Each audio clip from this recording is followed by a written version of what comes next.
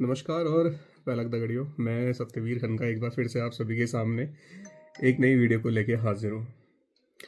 आज का वीडियो ना बहुत ख़ास है क्योंकि जो ये मेला मैंने रिकॉर्ड किया है ये है चौखाम बाबा का मेला।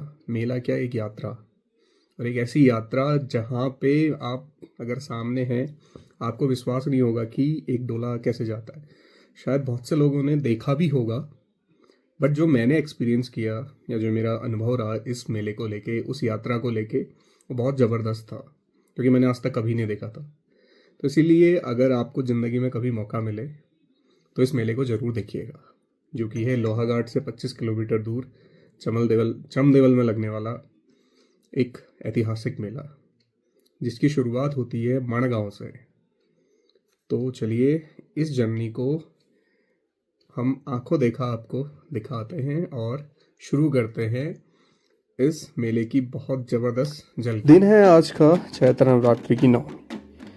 ये सारी तैयारियां जो आप देख पा रहे हैं ये हो रही हैं चमदेवल मंदिर से चौमू बाबा या चौखाम बाबा के डोले को लाने की मड़गांव में। बच्चे क्या, बूढ़े क्या, जवान क्या, सभी लोग इस मेले को लेके बहुत ज़्यादा उत्साहित रहते हैं। और अभी जो तैयारी आप देख रहे हैं यह तैयारी है दिन की, जब जाएंगे मंदिर ऊपर चमदेवल और वहां से लेके आएंगे डोले को इस मंदिर। अभी जो आप यह मंदिर के अंदर का दृश्य देख रहे हैं यह है मड़गांव स्थित चौखाम बाबा के मंदिर का मुख्य परिसर या गर्भगृह कह सकते हैं।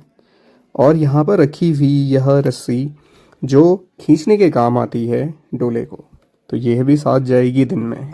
चौखाम बाबा के मंदिर से ही कुछ दूरी पर स्थित है माँ भगवती का ये मंदिर, जहाँ पर विराजमान है माँ भगवती। और आप देख सकते हैं विष्णु भगवान की वो प्रतिमाएं जहाँ पर वो लेटे हुए हैं सामने। ये मानी जाती हैं कत्यूरी काल की हैं, स्थानीय जो लोग बताते हैं, और इनको एज इट इज़ ऐसा ही रखा गया है। इस मेले की शुरुआत का जो मुख्य कारण था वह एक क्रूर नरभक्षी राक्षस की मृत्यु से जुड़ा हुआ है, जो हजारों वर्ष पूर्व पिथौरागढ़ के बड़ाबे, सल्ला, चिमरा, हल्दू विनायक क्षेत्र से भ्रमण करता हुआ यहाँ पहुंचा था। वह जहाँ जाता विनाश उसके साथ साथ चलता। कुछ समय बाद दानव ने यह व्यवस्था की यदि हर दिन एक जन उसके भोजन का हिस्सा बनेगा तो वह यह त्रास मचाना बंद कर देगा। रोज अत्यधिक लोगों के मरने के बजाय एक दिन एक व्यक्ति की मृत्यु को स्वीकार किया गया और तब से यह परंपरा चल पड़ी।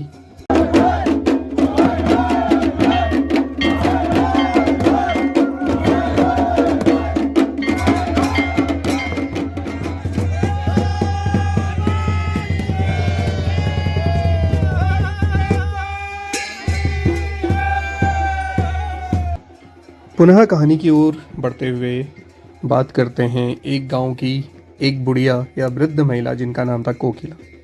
उसके परिवार से दैत्य के भोजन के लिए सिर्फ उनका नाती बचा हुआ था और इस स्थिति को सोच सोचकर वह मूर्छित हो गई थी।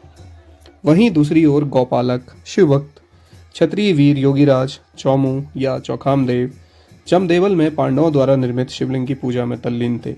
वो भी उस दैत्य के अत्याचारों से बहुत परेशान थे। पूर्व में मूर्छित वह बूढ़ी महिला कोकिला अब चेत अवस्था में आ गई थी।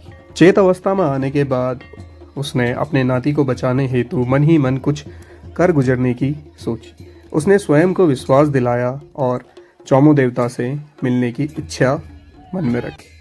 विनाश की कगार पर अपनी जिंदगी की आस को थामे कोकिला चौमू देवता के पास पहुंची और बोली, आप हमें इस दैत्य के अत्याचार से बचाएं और हम आपको अपना प्रथम आराध्य इष्ट देव मानेंगे।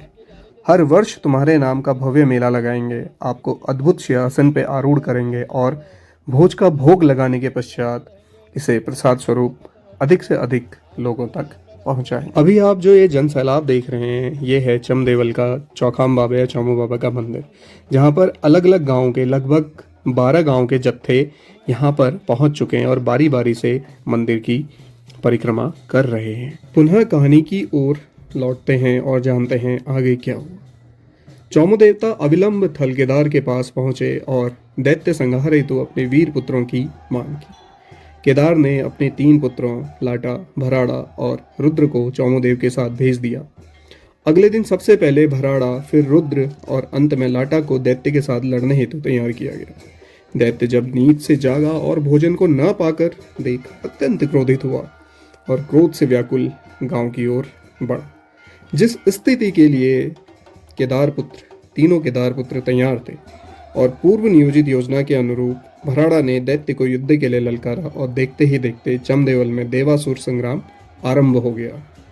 आपके सम्मुख दिखने वाले ये व्यक्ति, इनसे मैं डायरेक्टली मिल तो नहीं पाया, बट जब मैंने इनके बारे में पूछा तो इन्होंने अपने सर पे कढ़ाई बांधी है और उसके चारों तरफ से धोती को लपेटा हुआ है। और इसे बांधने का मुख्य कारण था, किसी समय पर यहाँ पत्थरों से एक दूसरे के साथ पाषाण युद्ध खेला जाता था, जैसे आपने देवी धुरा में देखा था। और आज उसका रूप ले लिया इन्हीं डंडों ने, यानी उन डंडों को आपस में टकरा के उस युद्ध की स्थिति को पैदा किया जाता है। तो इसीलिए उस समय यह कढ़ाई वाला जो प्रचलित था ताकि पत्थरों से सर पे चोट ना आए। सामने दिख रहा यह मंदिर नटेश्वर बाबा का मंदिर है, जो कि चमदेवल में चौमू बाबा के मंदिर से कुछ दूरी पर स्थित है।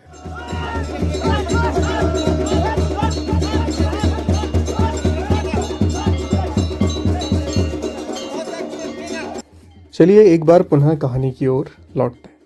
युद्ध इतना भयावह था कि स्थिति साफ नहीं हो पा रही थी कि जीत किसकी होगी। लोगों को जब पता चला कि चौमू बाबा और कोकिला के मध्य बातचीत हुई है तो वो दानव के विनाश की कामना करने लगे। सूर्यास्त होते होते युद्ध विराम अवस्था में भराड़ा घायल हो गए थे। लोग दुखी थे। दूसरे दिन रुद्र ने मोर्चा संभाला। दूसरा दिन भी युद्ध बिना हार जीत के सूर्यास्त की ओर बढ़ रहा था। साथ ही लाटा एवं चौमू देवता किंचित व्याकुल भी थे। सूर्यास्त तक दैत्य ने रुद्र की जिह्वा को बाहर खींच लिया और युद्ध दूसरे दिन भी बिना किसी परिणाम के रुक गया। केवल दूध पीने वाले और दूध से नहाने वाले लाटा तीसरे एवं निर्णायक दिन दैत्य के सामने थे। जैसे जैसे दिन बढ़ता रहा वैसे वैसे युद्ध का निर्णय होने वाला था। एक ओर लाटा युद्ध में जी जान से लड़ रहे थे तो वहीं दूसरी ओर कोकिला ने लोगों को युद्ध में शामिल होने के लिए कहा। अपने देवता का साथ देने के लिए सभी लोग लाठी डंडों सर पर पगड़ी बांधे युद्ध में शामिल हो गए और अंततः दैत्य को हरा दिया। गांव गांव से ध्वज एवं विजय पताकाओं के साथ लोगों का हुजूम उमड़ पड़ा। केदार के तीनों पुत्रों को कंधों में बैठाकर एवं चौमू देवता को सिंहासन रूपी पालकी, जिसे डोला कहा जाता है, में बिठाकर पूरे क्षेत्र में घुमाया गया।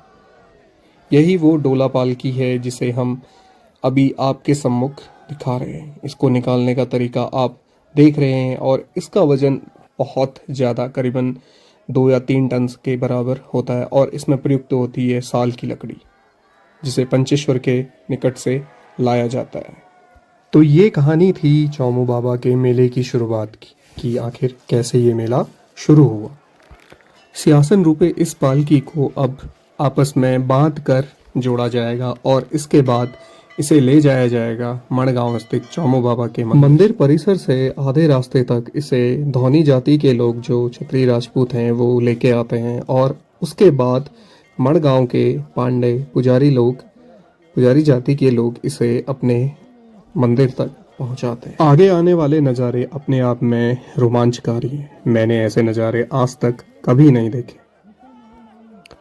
इस डोले को कभी भी मुख्य रास्ते से नहीं लाया जाता है और सबसे बड़ी बात है, इसमें देवता अपना रास्ता खुद बनाता है। सामने वाले स्थान पे मड़गांव के लोग आने वाले डोले का इंतजार कर रहे हैं। यहाँ पर से इस डोले को धौनी जाति के लोग विश्राम देंगे और मड़गांव के लोग यहाँ से उसे आगे लेके जाएंगे।